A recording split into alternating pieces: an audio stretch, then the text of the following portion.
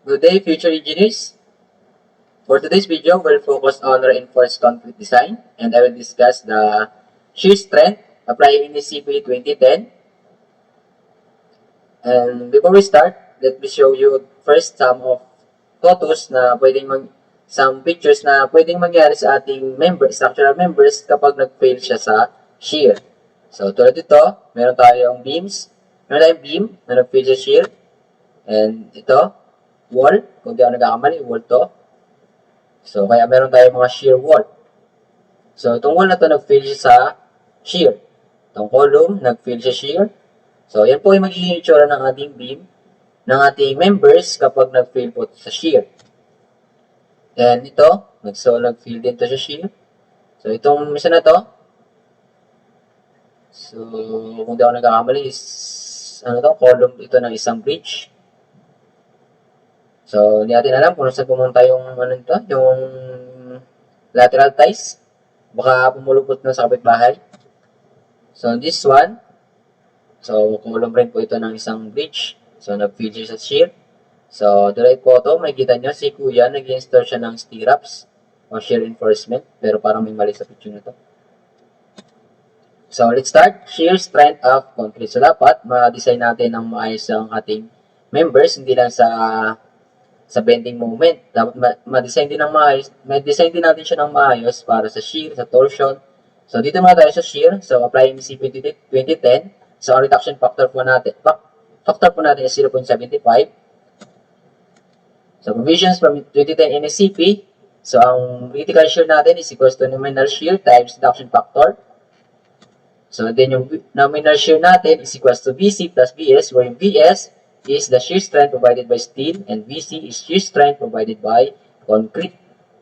So, meron tayong dalawang calculations po ng VC or yung shear strength by concrete. Meron tayong simplified calculation and detailed calculation. So, dito po muna tayo focus sa simplified calculation. So, pag ang members natin is subjected to shear and flexure, so, ang formula po natin is VC is equals to 0.17 lambda square root ng FRMC BWD. Kapag yung member natin is subjected to axial compression, 0.17. Ang BC po natin is 0.17 times 1 plus NU over 14 AG lambda square root ng FRMC BWD. So, where yung ating NU is the axial compression or axial tension. Then yung AG natin is the gross area. So, ibig sabihin NU over AG, Newton millimeter squared is naka-megapascal. So, next, detailed calculation. So, balik tayo doon. Bakit walang member subjected to axial tension? So, sabi po sa section 411.4.1.3, so, kapag daw yung member natin is subjected to axial tension, then gagamitin natin ng simplified calculation. So, makikarry po ng buong shear is the shear reinforcement. So, ibig sabihin, VC is 0. Tandaan niyo po yun sa simplified calculation, if member is subjected to axial tension, VC is equals to 0. So, VS, siya yung sasalo, yung steel reinforcement, siya po yung sasalo ng buong shear. And proceed to detailed calculation. So, detailed calculation po, a member subjected to shear and flexure. So, VC is equals to 0.17 lambda square root ng FRMC plus 17 rho. So, rho is equals to AG or AS over BD. So, V times VUD, where yung VU is the shear, critical shear times D over MU times BWD. So, but it is ng this value, dapat hindi siya lumaki sa volume 0.29 lambda square root ng FRMC BWD. So, dapat lagi siyang mas maliit. Next, so member subjected to axial compression. So, ito po ang formula natin, 0.29 plus square root ng 1 plus 0.29 NU over AG square root ng lambda square root ng FRMC BWD. So, ganun pa rin, yung NU natin is naka-Newton, yung AG natin is naka-millimeter square. So, member subjected to axial tension, kanina sa simplified calculation, sa axial tension, VC is 0. So, ngayon, sa detailed calculation, meron tayong formula. 0.17 plus 1, 0.29 NU over AG, lambda, square root ng FRMC BWD. So, where yung ating NU is the axial compression or axial tension. AG is the gross area. Gross pa, gross. Naka-millimeter square. So, for circular members, so meron tayong mga circular members. So, ang ating BC, so approximately 80% times diameter squared BWD. So, yun po yung formula natin. So, shear strength provided by steel. So, yung BC, okay din sa provided by concrete. Dito tayo focus sa steel. When, marami ng cases, when VS is greater than 0.33 square root ng FRMC BWD, paano po natin makakompute yung VS? Di ba? Vn is equals to BC plus BS. So, meron tayong BC, isusubtract na lang natin siya doon sa nominal shear strength. So, yung BS natin is mas mataas sa 0.33 FRMC BWD. So, maximum spacing po tayo. Then this is a formula for minimum shear area. 0.062 FRMC, square ng FRMC BW times spacing over FYT. So, sa FY is yield strength ng ating main bars and FYT is the yield strength of our shear reinforcement or yung stirrups. When shear is perpendicular to axis of the members, this is the formula. VS is AV times FY times the effective depth over spacing. This is the summary. So, sinamarize ko na po yung nasa provisions. Kung may kulang, let me know. I-comment nyo na lang po sa baba. Kung may kulang po sa pag-summarize ko po ng mga formula. So, number 1, when VU is less than 1/2 PVC, so masyadong maliit yung ating shear load or shear force. So, stirrups not needed. So, when 1/2 PVC is less than VU and the VU is less than PVC, so ito na, mga formula natin, AV times FYT over 0.062 square root ng FRMC BW. Then yung next, AV times FYT over 0.35 BW and DS equals to V over 2 or effective depth divided by 2 or 600 millimeters. So, sa tatlo na yan, itong dalawa is based on minimum shear area requirement. And yung itong last is the base ito doon sa dimension ng ating beam. So, when BC is less than BU, then BU is less than 3 PVC. Ito pa mga, or same case, yung BS natin, mas maliit siya sa 0.033 square ng FRMC BWD. This is the formula na pagpipilian natin. S equals AVFYT over 0.062 square ng FRMC BW. S equals AVFYT over 0.35 BW or AVYFYT times D over BS or S is equals to T over 2 or 600 millimeter. These two based on minimum shear area requirement and this one is based on strength requirement. Next, when 3 PVC is less than VU and VU is less than 5 PVC or same case, VS natin is 0.33 square ng FRMC.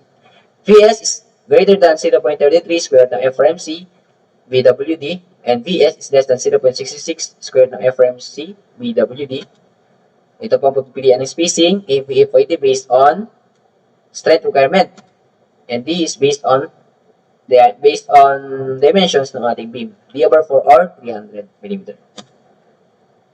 Number 5, when BU is greater than 5 PVC, so masyado na malaki yung ating shear force, or BS is greater than 0.66 square root ng FRMC BWD. So, beam is too small to accommodate shear force. So, pwede natin i-revise yung ating beam, pwede natin palakihin para ma-accommodate niya na yung ating shear force. So, yun po yung summary ng ating sa Nscp 2010 ng ating shear strength. Then, so, dito naman is pag-design ng stirrups. Vertical stirrup design. Step 1, pag nag-design po tayo ng stirrups, so hindi naman natin dinidesign yung diameter ng stirrups. Dinidesign natin yung spacing ng ating mga stirrups o lateral ties. Number 1, calculate the VU or critical shear. So, madali na yan. Gagawa nyo lang na. So, nga pala, dagdag ko lang dito sa VU, depende ito dun sa ating support. So, kung ang support natin simply supported or fixed support, so iba po yung location ng VU. So, then step 2, calculate BC. So, yung VU is makakompute nyo siya sa shear diagram. So, Step 2, calculate BC. So, sa step 2, dun, yung mga formula kanina, yun po yung gagamitin natin. Depende kung simplified calculation or detailed calculation. So, number 2, if BBC is less than BU, provide stirrups. Proceed tayo sa step 3. So, kailangan natin ng stirrups. Proceed tayo sa step 3. When VU is greater than PBC, but less than PBC, when VU is greater than 1 half PBC, but less than PBC, so it provide minimum stirrups. Proceed to step 5. When VU is less than 1 half PBC, napagit ko na kanina, stirrups not needed. So, yan. Sa step 3, calculate VS. So, meron tayong BC, meron tayong VU. So, VU over reduction factor minus BC, that's VS. Then, may formula rin si VS na yan, VU over reduction factor minus VC. So, yan, gamit yung formula na yan, magpitan si VS. If VS is less than 0.66 F square ng FRMC BWD, provide stirrups. So, same case lang siya sa kanina. Step 4 tayo. Pero pag ang VS natin is greater than 0.66 square ng FRMC BWD, adjust the size of the beam or revise natin yung ating beam. Dito sa step 4, yung VS natin is malaki sa 0.66 FRMC BWD. So, ito yung formula natin. AVFYT times D over VS. When ang VS natin is less than 0.33 FRMC BWD, choose spacing from summary number 3. Doon sa summary ko na sa number 3, dito tayo pili ng spacing dyan sa apat na yan. Then, when VS is greater than 0.33 FRMC BWD, choose spacing from summary number 4 dito. Pipili tayo dyan ng spacing. Okay? And step 5, if 1 half PBC is less than VU and VU is less than PBC, so minimum area of stirrups, formula, binigay ko na kanina, 0.062 square ng FRMC times BW over S over FYT. Okay? But, it should be greater than 0.35 BWS over FYT. Lagi nyo check. So, proceed tayo sa sample problem. Applying the Nscp 2010. Situation 1, simply supported beam, 6 meter long, is 300 mm wide with an effective depth of 500 mm. It supports a total factored uniform load of 120 kN meter. Factored na po siya. FRMC, 28 MPa, FY, 415 MPa, FYT, 275 MPa, used in Nscp 2010. So, calculate the factored shear at critical section. Find the nominal shear strength provided by concrete or VS. When the shear reinforcement is required, determine the minimum reinforcement area or AV minimum set by the code if spacing is 20 mm, 250 mm. Number 4, find the distance from supports where stirrups are no longer needed. So, hanggang saan daw na hindi nakakailangan ng stirrups. So, pitin natin yung distance. Number 5, calculate the theoretical spacing of 10 mm stirrups using the shear at the critical section. So, isahin natin. Sa number 1. Meron tayo beam na 300 mm. Ang lapad, ang height, effective depth is 500 mm. FRMC, 28 MPa. FY, 415. FYT, 275. VU, so reduction factor times PL. So, calculate the factor shear at the critical section or yung VU. Siyempre, drawing muna natin yung ating beam. Simply supported to the length of 6 meters under the load of 120 kN per meter. Siyempre, meron tayong mga reactions. So, 120 times 6 divided by 2 is 360 kN. So, sana naman lahat marunong compute ng reactions, no? Kung na-compute ng reactions, so, yun yung effective depth. Yun, at the distance from supports, sa kabilaan yan. So, nandito po yung location ng critical shear. Kapag simply supported po, kapag simply supported. So, gawa natin ng shear diagram. So, ito na po. Uniform. Taas tayo na to 60, then taas tayo na to 60 dito, so mag-0. So, itong distance na to, yung height na to, ito yung VU. So, yun yung VU. So, malinaw agad yung magiging solution natin. Pwede tayong gumamit ng similar triangle, relation proportion. Pwede na tayo mag-cut Pwede rin tayo gumamit ng calculator by mode statistics. Kasi tayo dun sa similar triangle tayo. Kasi ang length nito, diba yung length po nito is ilan po? So, kalahati ng 6. Kalahati ng 6 is 3 meters. 3 meters po. So, similar triangle lang yan. So, 360 divided by 3. Then, itong natira is 3 minus D. Or yung effective depth natin is 0.5 meters. Diba? 0.5. Kasi 500 millimeter. So, equals VU over 3 minus 0.5. Calculating. So, answer is 300 kilonewton. Okay? Yes. Or pwede natin ipakita yung isang solution by cutting. Pwede tayong mag-cut. Dito, mag-cut tayo dito sa section na to. Tama?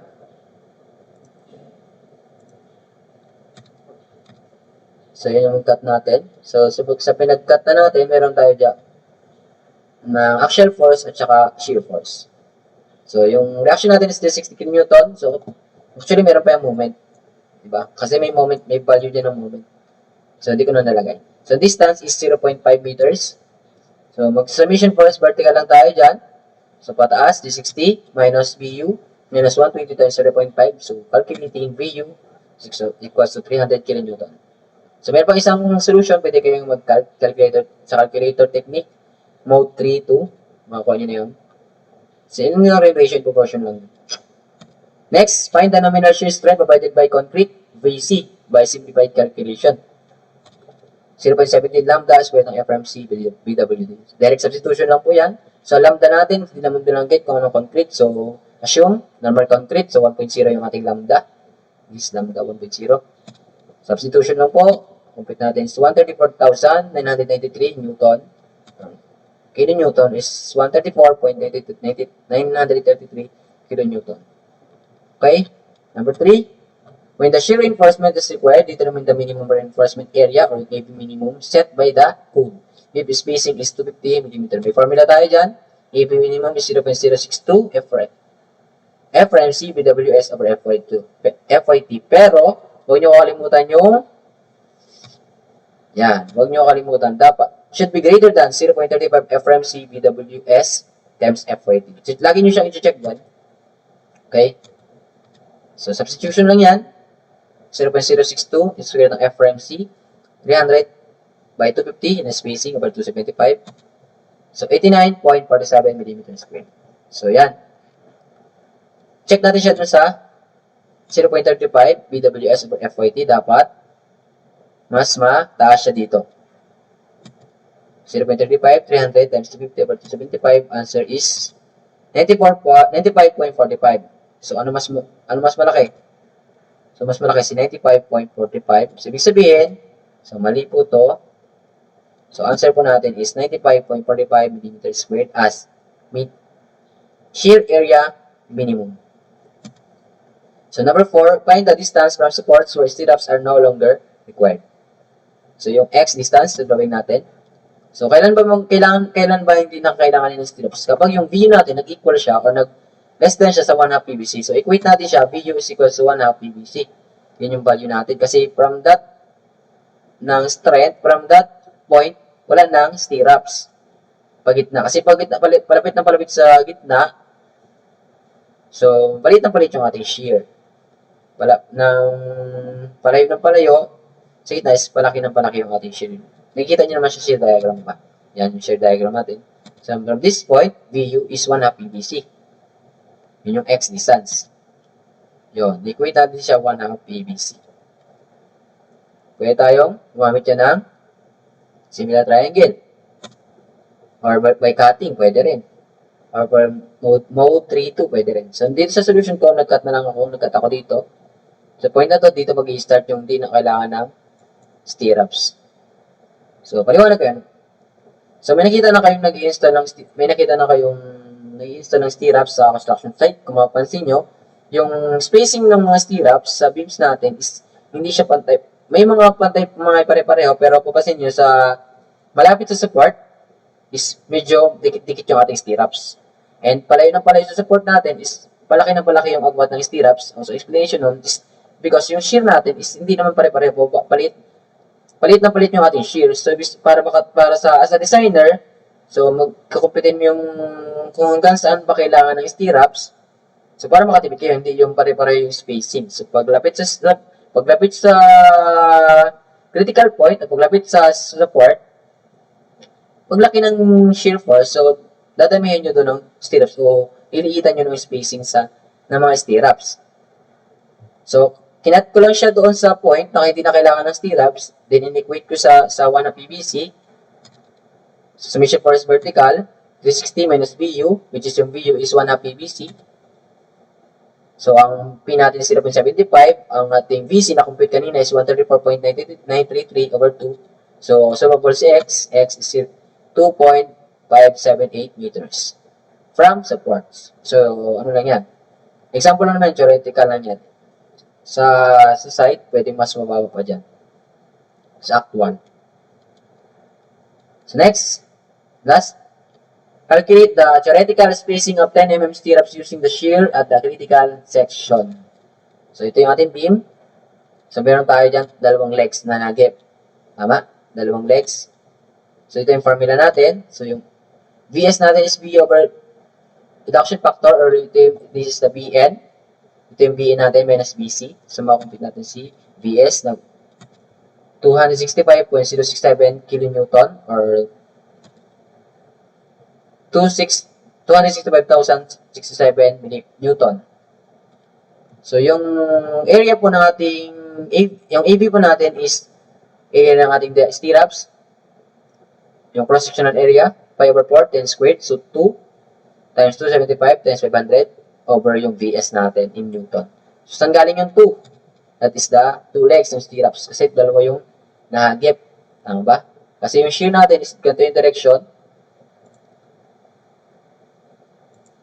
Ganito yung direction ng ating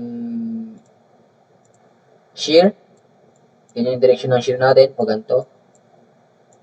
Axis. Pero kung ang shear natin is pag nito, yung direction, so isa lang yung nahagip. Tama ba? Is dito yung direction ng ating shear. So, dalawa yung legs. So, kaya times 2. Spacing is 81.486 mm. So, again, theoretical spacing lang po yan. Then, proceed to problem 2. Situation 2.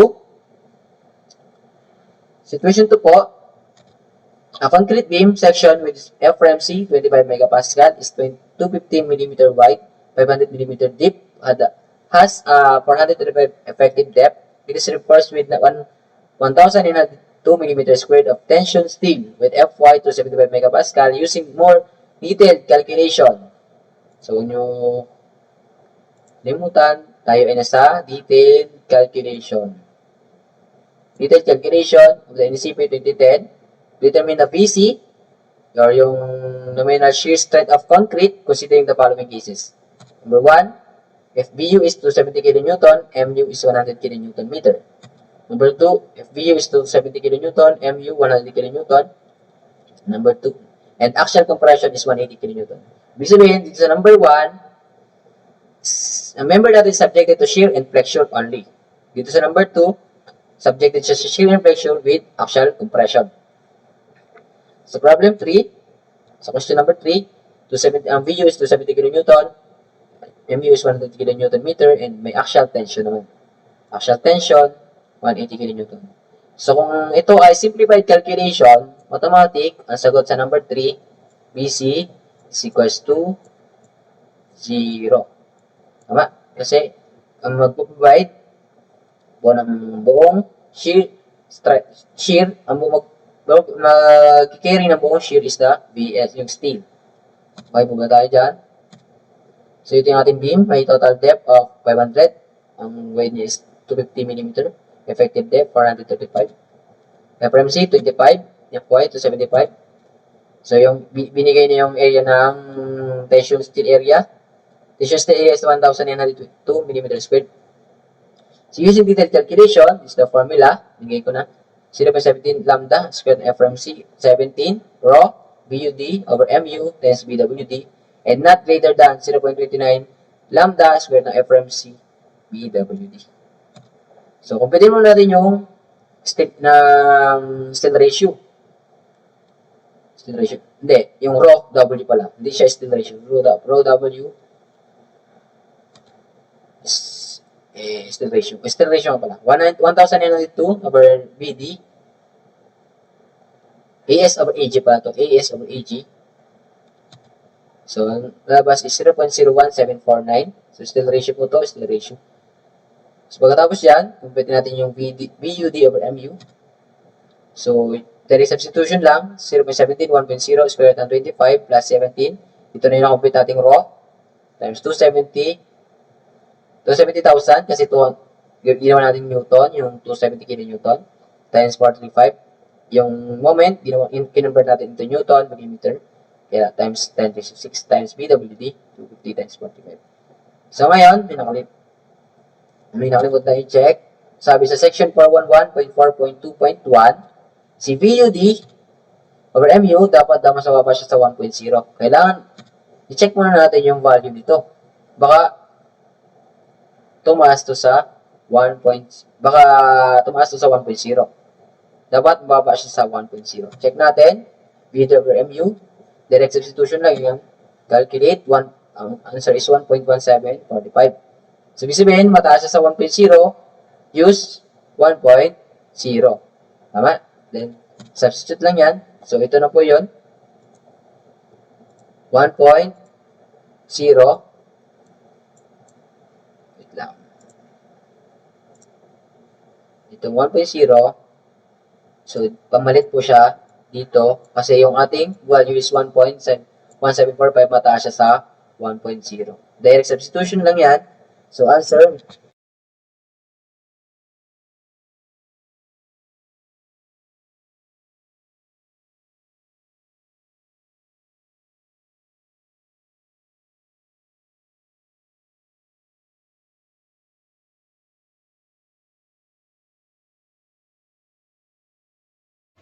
is 124.77 kilonewton. So next, detailed calculation, members subjected to shear and flexure. So sa nakuha natin is BC is 124.77 kilonewton. So yung formula natin sa subjected to shear and flexure is 0.17 lambda. So square ng FRMC 17 rho BUD over MU BWD. So direct substitution lang yan. Check natin siya kung mas mababa siya dito. So mababa siya sa 0.29 lambda FRMC BWD. So answer is 157.688 kilonewton. So in kilonewton is 157. So mas malaki siya. So yung 124 is mas maliit siya doon sa 157 kilonewton. So final answer is 124.77 kilonewton.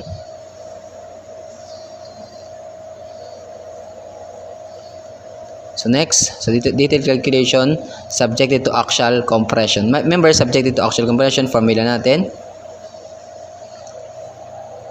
So 0.17 lambda square root ng FRMC, 17 rho BUD over MM. So yung MU natin, papalitan natin siya ng MM. And then yung VUD over MM natin is hindi na siya limited to 1.0. Hindi dapat siya lumaki sa 0.29 square root ng 1 plus 0.29 NU over AG lambda square root ng FRMC BWD. So ito yung papan-check natin sa value nito. So then hindi na limited sa 1.0 tong VUD over MU. Yung MU natin, papalitan natin siya ng MM. May formula ng MU minus NU for H minus D over 8, where yung H is the height o yung total depth ng ating beam, yung D is effective depth, direct substitution lang yan. So mm natin is in terms of kilonewton meter, 64.7875 kilonewton meter. Then direct substitution lang dito. So hindi na to limited sa 1.0 kahit ano yung maging value niya. So yun natin gagamitin. So VUD over M is 270,000 times 435 over yung ating moment na na-compute na mm. So value niya is 1.8128. So yun natin i-substitute doon. 0.17 1.0 square root of 25 plus 17. So yung rho times yung VUD over mm times yung BWD. So, direct substitution lang yan. VC is 151,053.73 Newton. So, in kilonewton is 151.05 kilonewton. So, check natin siya dito sa value, dito sa isang formula. 0.29. Direct substitution lang yan. So, magiging sagot is 187.75 kilonewton. So, si 151 is less than 187 kilonewton. So, final answer is 151.053 kilonewton. And last, so, sa detailed calculations, members subjected to axial tension. So,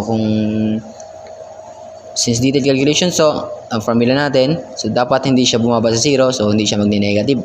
Kasi yung NU natin is negative 180 kilonewton. So, direct substitution, final answer is 53.8356 kilonewton. So, that's it. So, credits sa review innovations. So, dyan po nanggaling yung mga sample problems ko. So, thank you. Sana natapos niyo yung video. Good luck.